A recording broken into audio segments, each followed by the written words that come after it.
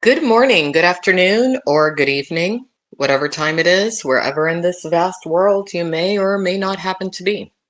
Welcome once more to another live stream of Alexandra Mayers Live, page by page reading and commentary of the modern English version of the Bible.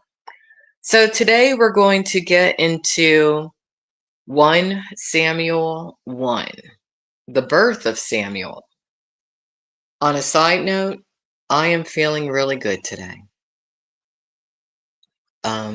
Already did the work I needed to do today. Unexpectedly had to run an errand, but that was all right. And did a little bit of stretching earlier.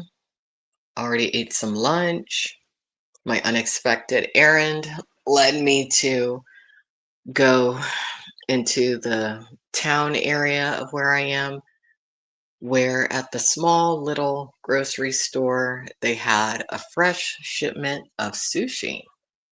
So I bought some and I ate it. Ha ha ha. Hey J Dog, how are you doing? You know what? I didn't do that stream or recap featuring that clip that you're in last night. I was too tired. I'm going to do it today. I'm going to do that recap today. Okay? But I hope you're doing well. You know, J Dog, some of these people are getting weird. You were not exaggerating at all from what I'm experiencing.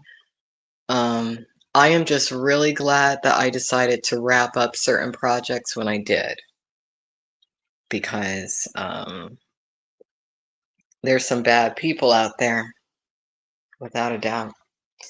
So anyway, let's get into the book of Samuel. Okay, 1 Samuel 1. Here we go.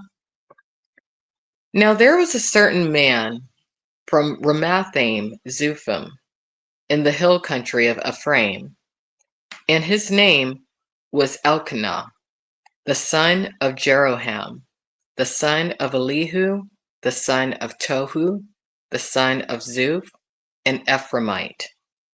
And he had 2 wives. The name of one was Hannah, and the name of the second was Peninnah. Now Peninnah had children, but Hannah had no children. Hey Jamie's Cowboys, how are you doing? This man went up out of his city annually to worship and to sacrifice to the Lord of hosts in Shiloh. And there the 2 sons of Eli, Hophni, and Phinehas were priests to the Lord. When the day came that Elkanah sacrificed, he gave portions to Peninnah, his wife, and to all her sons and her daughters.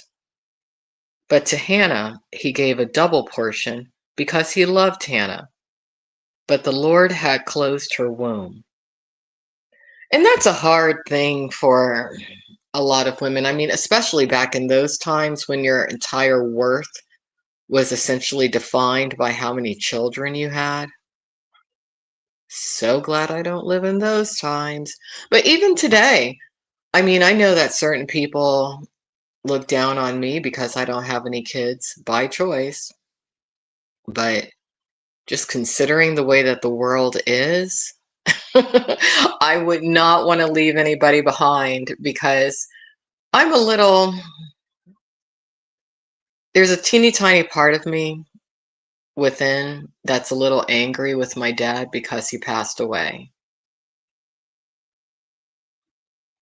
I wanted him to be here more, and I know it was not in anyone's control, but sometimes the thought enters my mind, gosh, Dad, you couldn't stay around longer. I can laugh about it at the moment, but that thought is there. I guess that thought is in a far reach of everyone's soul who has lost somebody. But anyway, let's continue. Now her arrival provoked her greatly, making her miserable because the Lord had closed her womb. Thus it was yearly, when she went up to the house of the Lord, that she provoked her. So Hannah wept and did not eat. So there's competition between Hannah and Peninnah. All right. Then said Elkanah, her husband, to her, Hannah, why are you weeping? And why do you not eat? Why is your heart grieved? Am I not better to you than 10 sons? So Hannah arose after they'd eaten in Shiloh, and after they had drunk. Now Eli the priest was sitting on a seat by the door of the tabernacle of the Lord, and she was bitter, and prayed to the Lord, and wept severely. So she made a vow and said, O Lord of hosts, if you will indeed look on the affliction of your maidservant, and remember me, not forget your maidservant, but will give to your maidservant a baby boy, then I will give him to the Lord all the days of his life, and no razor shall touch his head. Um, I kind of feel like it was a little insensitive for her husband to say, like, hey, why are you crying? Is being with me not good enough than you having a whole bunch of kids like my other wife? Maybe it wasn't good enough to her. Maybe he was starting to make her sick. I mean, on one hand, he had his second wife who he had all his kids with, and then maybe he was most in love with Hannah, the first wife. But still,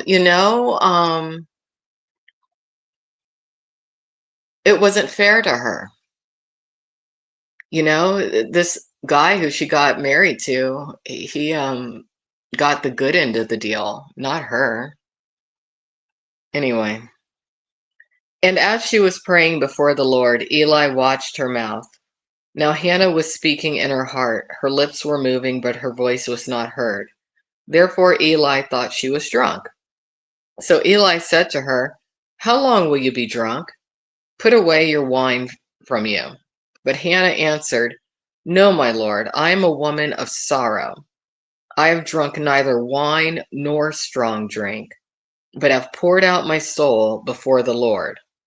Do not consider your handmaid to be a sinful woman, for out of the abundance of my concern and provocation, I have spoken until now. So everyone's being rude to Hannah, honestly.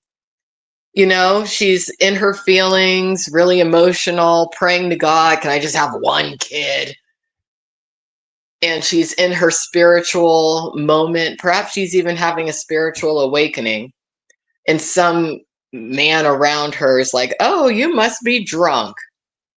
No, she wasn't drunk at that moment. I'm sure she did drink other days, but not at that moment. So, from biblical times till now, it's hard to be a woman. Just is. Then Eli answered, Go in peace, and the God of Israel grant your requests that you have asked him. And she said, Let your handmaid find grace in your sight. So the woman went her way and ate, and her face was not sad as before. They rose up in the morning early and worshiped before the Lord.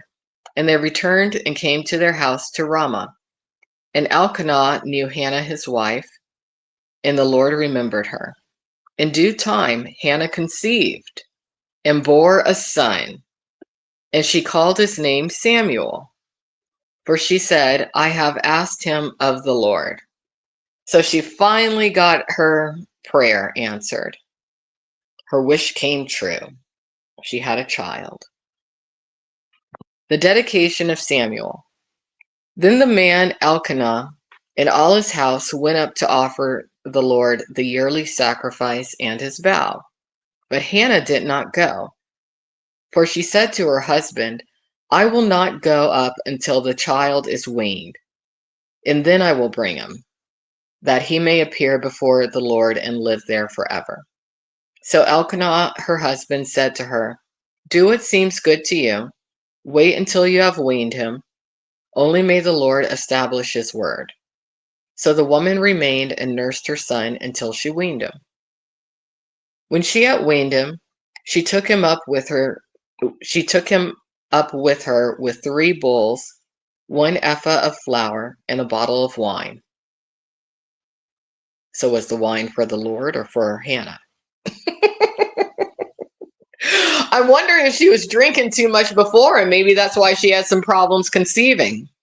Hard to tell. Hard to tell. Let me keep reading. If she brought him to the if she brought him to the house of the Lord in Shiloh, though the boy was young. Then they slaughtered a bull, and they brought the boy to Eli. And she said, "Oh, my Lord, as you live, my Lord, I am the woman who stood by you here praying to the Lord. For this boy I prayed, and the Lord has given me my petition, which I asked of him. Therefore I have let the Lord have him. As long as he lives, he will be dedicated to the Lord." And he worshiped the Lord there. And that's the end of the first chapter of 1 Samuel. Next time we'll go into 1 Samuel 2. But yeah, there's a couple instances in the Bible that we've gone through so far where women have been told that they were barren or believed that they were barren, but then either an angel appears or they have like a religious experience or a spiritual awakening, and then all of a sudden they can conceive. But in all those cases, almost, um, when the angel appears or when some sort of other person speaks to them as they're in their spiritual state, they do often say, refrain from strong drink, refrain from wine. There might have been something going on with the wine or whatever they were drinking in those days to get intoxicated that was hindering fertility in some cases. I'm wondering about that because in this case, when the woman was having her spiritual experience, the man who was pretty familiar with her around her said, "Oh, are you drunk again?" No, she wasn't at that moment, but I have a feeling that maybe after she was having her spiritual awakening, something was telling her, hey, maybe I shouldn't drink so much. That probably is what helped to lead her to conceive. Just a thought. I could be wrong, but that's why I like to do this commentary of the Bible. It could just be a miracle. I had an aunt who conceived incredibly late in her life, so it happens. Anyways, have a great day, everybody. I'm going to chill out for a little bit, and then I'm going to do that video recap that I've been meaning to do. Talk to y'all another time. Bye-bye.